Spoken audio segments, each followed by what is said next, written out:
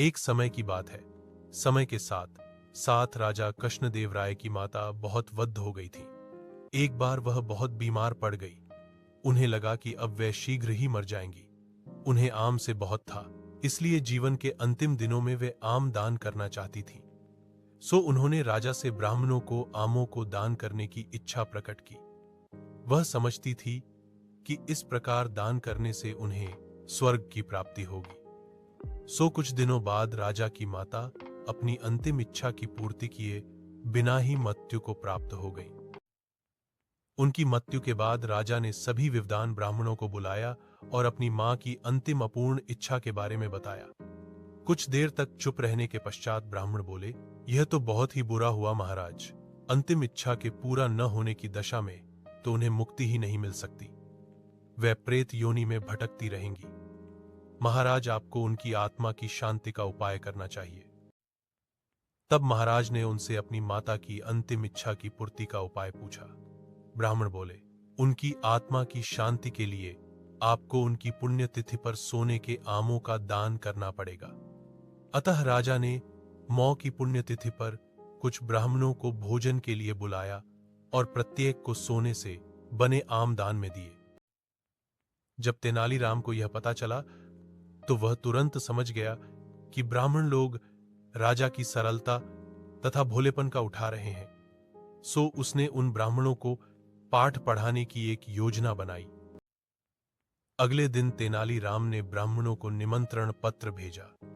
उसमें लिखा था कि तेनालीराम भी अपनी माता की पुण्यतिथि पर दान करना चाहता है, क्योंकि वह भी अपनी एक अधूरी इच्छा लेकर मरी थी। जब से उसे पता चला है कि उसकी मां की अंतिम इच्छा पूरी न होने के कारण प्रेत योनि में भटक रही होंगी, वह बहुत ही दुखी है और चाहता है कि जल्दी उसकी मौ की आत्मा को शांति मिले। ब्राह्मणों ने सोचा कि तेनालीराम के घर से भी बहुत अधिक दान मिलेगा, क्योंकि वह शाही विदूषक है। सभी ब्राह्मण निश्चित दिन तेनालीराम के घर पहुंच गए। ब्राह्मणों को स्वादिष्ट भोजन परोसा गया। भोजन करने के पश्चात सभी दान मिलने की प्रतीक्षा करने लगे। तभी उन्होंने देखा कि तेनालीराम लोहे के सलाखों को आग में गर्म कर रहा है। पूछने पर तेनालीराम बोला, मेरी मां फोड़ों के दर्द से परेशान थी। मृत्यु के समय उन्हें बहुत तेज दर्द हो रहा था। इससे पहले कि मैं गर्म सलाखों से उनकी सिकाई करता, वह मर चुकी थी। अब उनकी आत्मा की शांति के लिए मुझे आपके साथ वैसा ही करना पड़ेगा जैसी कि उनकी अंतिम इच्छा थी। यह सुनकर ब्राह्मण बौखला गए। वे वहां से तुरंत चले जाना चाहते थे। वे गुस्से में तेनालीराम से बोले कि हमें गर्म सलाखों से दागने पर तुम्हारी मौ की आत्मा को शांति मिलेगी। नहीं महाशय, मैं झूठ नहीं बोल रहा। यदि सोने के आम दान में देने से महाराज की मौ की आत्मा को स्वर्ग में शांति मिल सकती है, तो मैं अपनी मौ की अंतिम इच्छा क्यों नहीं पूरी कर सकता। यह सुनते ही सभी ब्राह्मण समझ गए कि तेनालीराम क्या कहना चाहता है। वह बोले, तेनालीराम, हमें क्षमा करो। हम वे सोने के आम तुम्हें दे देते हैं, बस तुम हमें जाने दो। तेनालीराम ने सोने के आम लेकर ब्राह्मणों को जाने दिया, परंतु एक लालची ब्राह्मण ने सारी बात राजा को जाकर बता दी।